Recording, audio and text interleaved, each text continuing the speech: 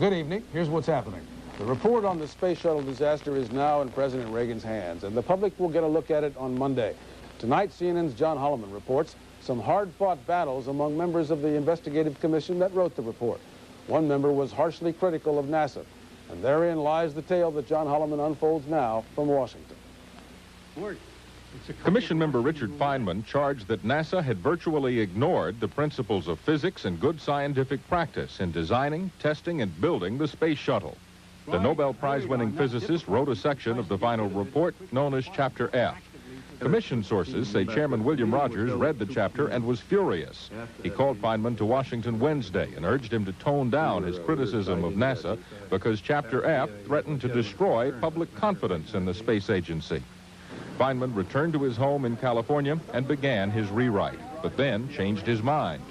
Sources close to the scientist say he felt his ethics were being compromised.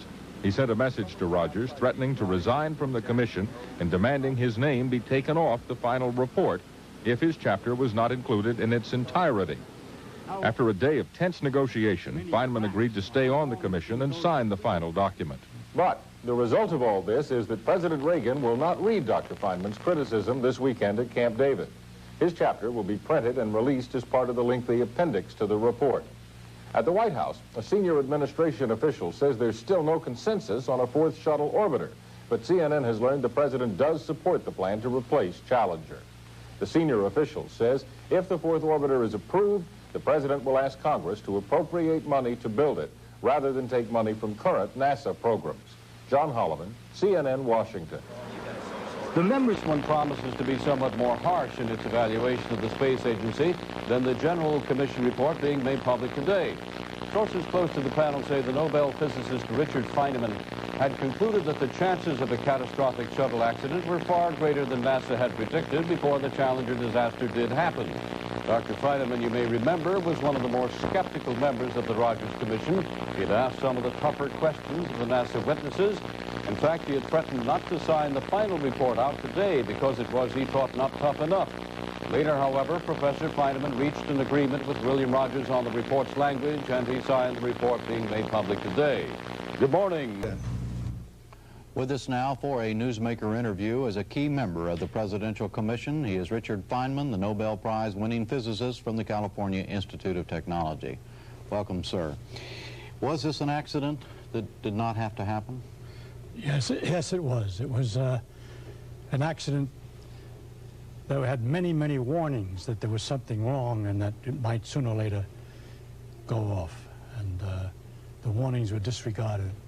Disregarded out of incompetence, out of a faulty system, out of bad judgment, for what reason? I had some difficulty with that. I kind of imagine that something like a child that runs in the road, and the parent is very upset and says it's very dangerous. And the child comes back and says, but nothing happened. And he runs out in the road again several times, and the parent keeps saying it's dangerous, and nothing happens. If the child's view that nothing happened is a clue that there was nothing going to happen, then that's going to be an accident. You could hear brakes squealing a couple of times. That's leakage and the gas is going through the rings and so forth. But again and again I saw in looking through this statements, this new flight is within our database, which just means nothing happened before. It's about the same as we did before, so it can't be unsafe because it was okay last time. And that is a kind of childish attitude that the mother corresponding to the engineers here, right, and the management corresponding to the children. That's the way I look at it, and I don't know what you would say. Sooner or later the child gets run over. Is it an accident? No, it's not an accident. And yet, your commission, and we just heard Chairman Rogers, your chairman, say we're not here to blame anybody. Why not? Why not? Why is somebody not blamed? I don't know how to assign blame and whether it does any good. The question is, how do we educate the child? The question is, you could say you blame the child for being a little foolish, but it's very difficult. I tried to figure out why they have this attitude and why they weren't paying attention. I've tried various theories, and I really don't know the ultimate cause. What's your theory? Well, one of the There's two theories. Okay, all right. A lot of people say to me that there's some kind of an idea in management that the incompetence reaches its level or whatever. But I had another idea, but I don't know whether it's right, and that is that in the beginning, all kinds of exaggerations were made about what this thing can do. It can fly 60 flights, it will only cost so much, it'll be recoverable, and there'll be no real problems. The engineers at the bottom must probably scream, this is my imagination, they're screaming up, no, it can't be this way, it can't be this way. We can only go 10 flights, we haven't got enough equipment to train that many crews a year, so forth and so on. And the people at the top who are talking to Congress don't want to hear this. And so they discourage information from moving up. You see, it was just after they were so successful with Apollo. And in that case, they were doing a project with just a little bit harder than they could do, just a little bit harder, so they could do it. And they would solve one problem. No, this is my imagination. I wasn't there. Yeah. Somebody would say, how are we going to make a spacesuit? And finally, they got a solution to that. They get excited and tell the others. Fellows are working on some other problem, gets a solution to his problem. And there's a lot of intercommunication because there's excitement and motivation. But when the people Which is not always necessarily a bad thing, right? No, not at all. It's what makes it go, and that's why it worked okay with the Apollo.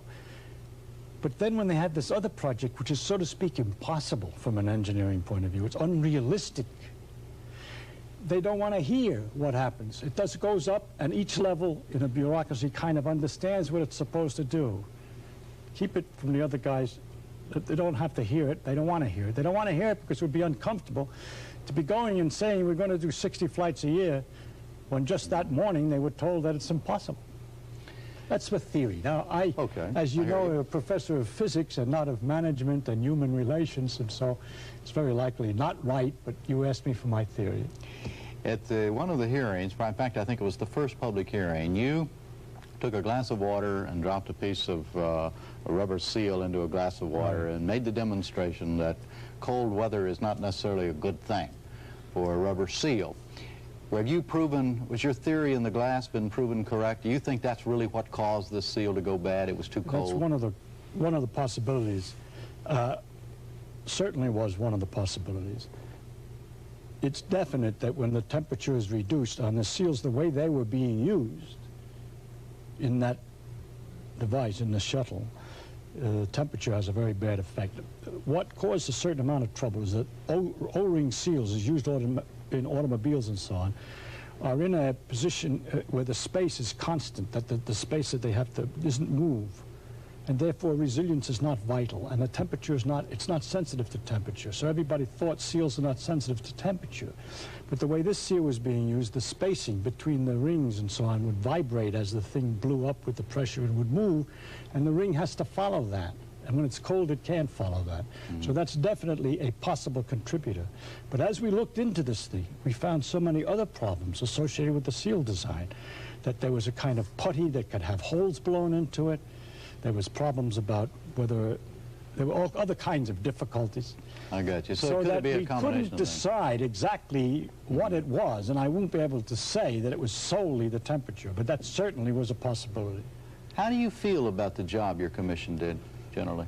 I think we did a pretty good job. It turned out to be easier in some respects than we could have imagined. It was easy to find out what happened. But I was curious, why did Chairman Rogers say at the White House today that it would turn out to be more difficult than he thought it was going to be? What was he talking about? Well, maybe we had different expectations. It's strange because at the very beginning of this commission meetings, I remember Mr. Rogers saying, well, of course, we may never find out what made the accident occur. And that turned out, that's what I meant was easy. I see. You know what happened. And we you know feel what good happened. about Now, what was difficult, and I think maybe he's referring to this, was the discovery of these weaknesses inside of NASA and their attitudes.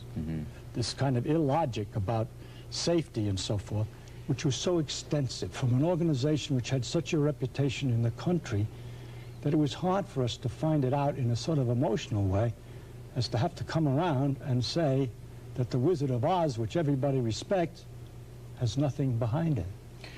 The New York Times... Almost nothing. Almost, okay. The New York Times reported this morning that you had a clash with Chairman Rogers over an appendix and also Elizabeth Brackett in her report referred to that passage. What's that all about? Well, that's terribly exaggerated. It got into the news somehow, and no control of news, Sure. and no experience with it.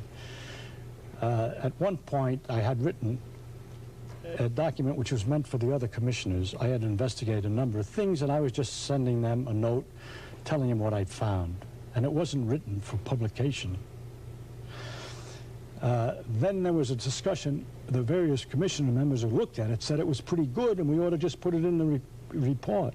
But it wasn't. It was written in a personal style. It wasn't proper for the rest of the report. So since we're going to have appendices, which have a lot of detail, they said, let's put it in appendix.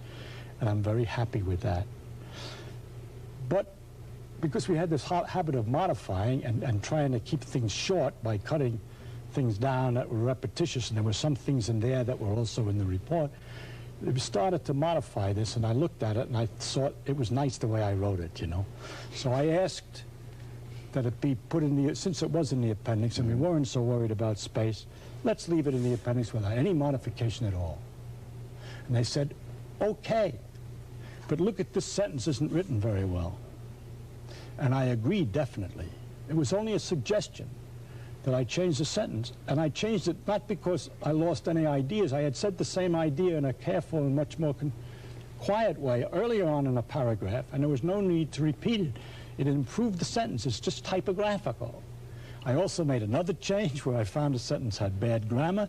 Nobody knows about that one. There's no stink about that one. So there's no stink here? There's no stink here at all? No, sir. There's no problem. So as far as you're concerned, this was a unanimous report from the commission, and yes, sir. You didn't go away with any scars, and neither did Chairman Rodney. No. All right. Dr. Feynman, don't go away. We'll be back. Thank you. Thank you. Charlene? NASA declared